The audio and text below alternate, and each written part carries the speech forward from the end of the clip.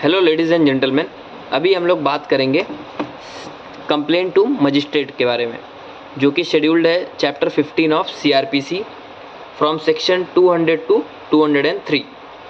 Section 200 किस चीज़ के बारे में बात करता है? सेक्शन 200 में क्या होता है, जब आप कंप्लेंट लेके मजिस्ट्रेट के पास जाते हो तो मजिस्ट्रेट जो है वो आपको एग्जामिन करते हैं कि जो भी आप कंप्लेंट लेके आए हो, क्या वो कंप्लेंट सच में है या फिर आप किसी से बदला लेने के लिए कर रहे हो, किसी को परेशान करने के लिए कर रहे हो।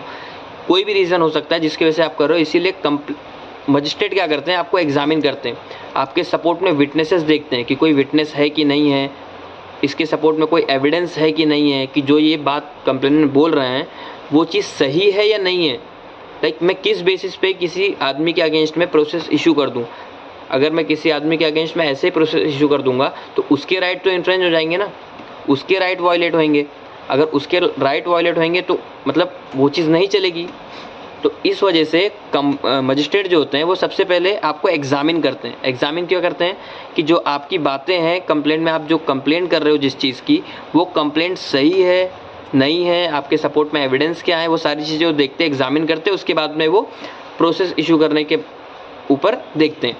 अब सेक्शन 201 क्या बोलता है? सेक्शन 201 क्या बात करता है कि अगर आप कंप्लेंट लेके कोई मजिस्ट्रेट के पास गए हो और समझ लो उस कंप्लेंट की सज़ा इतनी ज़्यादा है कि वो उस मजिस्ट्रेट के ज्यूरिसडिक्शन में नहीं आता है या फिर उनकी पावर नहीं है, तो मजिस्ट्रेट क्या करते हैं, आपको एंडोर्स कर देते हैं। एंडोर्समेंट है, सेक्शन 201 बात करता है एंडोर्समेंट के बारे में, कि वो आपको रेफ़र कर देंगे कि आप ये प्रॉपर कोर्ट है, आप इस प्रॉपर कोर्ट में आप जाइए ये कंप्लेंट लेके।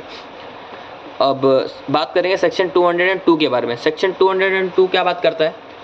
सेक्शन 202 भी एग्जामिनेशन के बारे में बात करता है और फर्दर वो क्लैरिफिकेशन होता है, क्लैरिफिकेशन ऑफ मजिस्ट्रेट, मतलब वो खुद अपने आप को क्लैरिफाई करते हैं कि लाइक जो ये चीज़ें बता रहे हैं, सेक्शन 202 रिलेटेड ही है कि जो ये चीज़ें बता रहे हैं या फिर जो चीज़ ये कंप्लेनेंट बोल रहा है कि इसके साथ ये चीज़ हुई है, उसमें उसके पास सपोर्टिंग एविडेंस क्या है और उसके पास सपोर्टिंग विटनेसेस कौन कौन से हैं और कौन है वो विटनेसेस कि जो इन सब चीज़ों के बारे में बोल रहे हैं। उन सारी चीज़ों को मजिस्ट्रेट रिकॉर्ड करते हैं, उसमें आपका सिग्नेचर, कंप्लेनेंट का सिग्नेचर लिया जाता है। सेक्शन 202 में सिग्नेचर लिया जाएगा और सारी चीज़ों को रिकॉर्ड करने के बाद में भी प्रोसेस इशू की तरफ बढ़ेंगे मजिस्ट्रेट। अब सेक्शन 203 क्या बात करता है? सेक्शन 203 बात करते हैं डिसमिसल ऑफ अ कंप्लेंट। अगर कंप्लेंट नहीं है, बराबर प्रॉपर नहीं है, या फिर आप किसी को परेशान करने के लिए ही कर रहे हो, या फिर XYZ किसी भी रीज़न से कर रहे हो, या फिर ऐसा कोई चीज़ है जो जिस पे कंप्लेंट बनता ही नहीं है, तो मजिस्ट्रेट क्या करेंगे, उस कंप्लेंट को डिसमिस कर देंगे। अब डिसमिसल का मतलब ये नहीं होता है कि जिसके अगेंस्ट में आप कंप्लेंट कर रहे हो वो एक्विट हो जाता है या कन्विक्ट हो जाता है या डिस्चार्ज हो जाता है। कन्विक्ट की तो बात ही नहीं आती, एक्विट हो जाता है या फिर डिस्चार्ज हो जाता है, उसमें ये चीज़ नहीं आती है। डिसमिस कर दिया मतलब अगर आप चाहो तो इस पर्टिकुलर इशू के ऊपर बाद में भी केस कर सकते हो, क्योंकि वो है ना डबल जियोपार्डी, एक ट्रायल एक आदमी के ऊपर एक केस में अगर एक ऑफेंस है उस पर एक ही ट्रायल चलेगा। डबल जियोपार्डी मैंने बताया हुआ है नीचे, उसका भी वीडियो अगर आपको चाहिए तो आप देख सकते हो।